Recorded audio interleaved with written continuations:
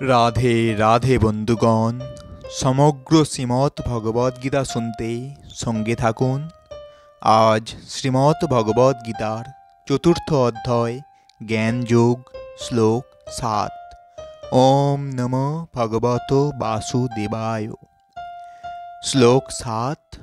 ভগবান শ্রীকৃষ্ণ বলছেন, যদা যদা হি ধর্মস্য গ্লানির্ভবতি ভারত অভ্যুত্থানমধর্মস্য তদাত্মানং সৃজাম্যহম। অর্থাৎ, হে ভারত, যখন ধর্মের অধঃপতন হয় এবং অধর্মের অভ্যুত্থান হয়, তখন আমি নিজেকে প্রকাশ করে অবতীর্ণ হই। এর তাৎপর্য, এখানে সৃজামি কথাটি তাৎপর্যপূর্ণ। এই সৃজামি কথাটি সৃষ্টি করার অর্থে ব্যবহৃত হয়নি, কারণ পূর্ববর্তী শ্লোক অনুযায়ী ভগবানের সমস্ত রূপই নিত্য বিরাজমান। তাই ভগবানের রূপ বা শরীর কখনো সৃষ্টি হয় না। সুতরাং সৃজামি মানে ভগবানের যা স্বরূপ, সেভাবেই তিনি নিজেকে প্রকাশ করেন। যদিও ব্রহ্মার একদিনে সপ্তম মনুর অষ্টবিংশতি চতুর্যুগে দাপরের শেষে ভগবান তার স্বরূপে আবির্ভূত হন, কিন্তু প্রকৃতির কোনো নিয়মকানুনের বন্ধনে তিনি আবদ্ধ নন। তিনি তার ইচ্ছা অনুসারে লীলা করেন। তিনি হচ্ছেন সরাট। তাই যখন অধর্মের অভ্যুত্থান ও ধর্মের গ্লানি হয়, তখন ভগবান তার ইচ্ছা অনুসারে এই জড় জগতে অবতরণ করেন। ধর্মের তত্ত্ব বেদে নির্দেশিত হয়েছে এবং বেদের এই নির্দেশগুলির যথাযথ আচার না করাটাই হচ্ছে অধর্ম। শ্রীমদ্ ভগবতে বলা হয়েছে, এই সমস্ত নির্দেশগুলি হচ্ছে ভগবানের আইন এবং ভগবান নিজেই কেবল ধর্মের সৃষ্টি করতে পারেন। বেদ ভগবানেরই বাণী এবং ব্রহ্মার হৃদয়ে তিনি এই জ্ঞান সঞ্চার করেন। তাই ধর্মের বিধান হচ্ছে সরাসরিভাবে ভগবানের আদেশ। ভগবদ্গীতার সর্বত্রই এই তত্ত্বের বিশদ বর্ণনা করা হয়েছে। ভগবানের নির্দেশে এই তত্ত্ব প্রতিষ্ঠা করাই হচ্ছে বেদের উদ্দেশ্য। গীতার শেষে ভগবান স্পষ্টভাবেই বলেছেন, সর্বধর্মান পরিত্যাজা মামেকং শরণং ব্রজ। সর্বধর্ম ত্যাগী লও আমার শরণ। বৈদিক নির্দেশগুলি মানুষকে ভগবানের প্রতি পূর্ণ শরণাগত হতে সাহায্য করে।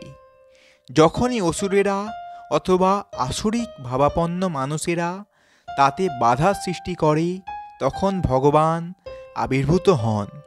শ্রীমদ্ ভগবত থেকে আমরা জানতে পারি, যখন জড়বাদে পৃথিবী ছেয়ে গিয়েছিল এবং জড়বাদীরা বেদের নাম করে যথেচ্ছার করছিল, তখন শ্রীকৃষ্ণের অবতার বুদ্ধদেব অবতরণ করেছিলেন।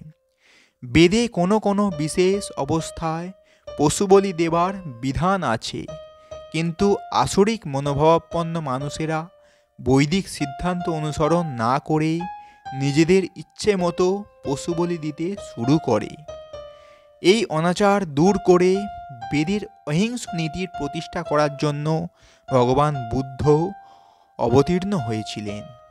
এভাবেই আমরা দেখতে পাই, ভগবানের সমস্ত অবতার কোনো বিশেষ উদ্দেশ্য সাধন করার জন্য এই জড় জগতে অবতরণ করেন এবং শাস্ত্রে তার উল্লেখ থাকে। শাস্ত্রের প্রমাণ না থাকলে কাউকে অবতার বলে গ্রহণ করা উচিত নয়। অনেকে আবার মনে করেন ভগবান কেবল ভারত ভূমি অবতরণ করেন, কিন্তু এই ধারণাটি ভুল। তিনি তার ইচ্ছা অনুসারে যে কোনো জায়গায়, যে কোনো অবস্থায়, যে কোনো রূপে অবতরণ করতে পারেন। প্রত্যেক অবতরণে তিনি ধর্ম সম্বন্ধে ততটুকুই ব্যাখ্যা করেন যতটুকু সেই বিশেষ স্থান ও কালের মানুষেরা হৃদয়ঙ্গম করতে পারে, কিন্তু তার উদ্দেশ্য একই থাকে, ধর্ম সংস্থাপক করা এবং মানুষকে ভগবৎমুখী করা। কখনো তিনি স্বয়ং আবির্ভূত হন, কখনো তিনি তার সন্তান অথবা ভৃত্যরূপে তার প্রতিনিধিকে প্রেরণ করেন, আবার কখনো তিনি ছদ্মবেশে অবতরণ করেন। অর্জুনের মতো মহাভাগবতে ভগবান ভগবদ্গীতা শুনিয়েছিলেন, কারণ ভগবদ্গীতার মামার্থ উন্নত বুদ্ধিমত্তার মানুষেরাই কেবল বুঝতে পারে।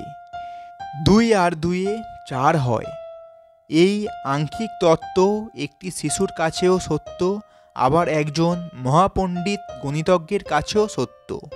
কিন্তু তবুও গণিতের স্তরভেদ আছে। প্রতিটি অবতারে ভগবান এই তত্ত্বজ্ঞান দান করেন, কিন্তু স্থান কাল বিশেষে তাদের উচ্চ ও নিম্ন মান সম্বন্ধ বলে মনে হয়। উচ্চ মানের ধর্ম অনুশীলন শুরু হয় বর্ণাশ্রম ধর্ম সম্বন্ধিত সমাজ ব্যবস্থার মাধ্যমে। ভগবানের অবতরণের উদ্দেশ্য হচ্ছে সর্বত্র সকলকে কৃষ্ণ ভাবনায় উদ্বুদ্ধ করা।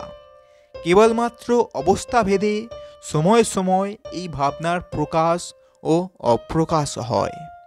তো বন্ধুগণ, এটাই ছিল শ্রীমদ্ ভগবদ্ গীতার 4th অধ্যায় জ্ঞানযোগের শ্লোক 7।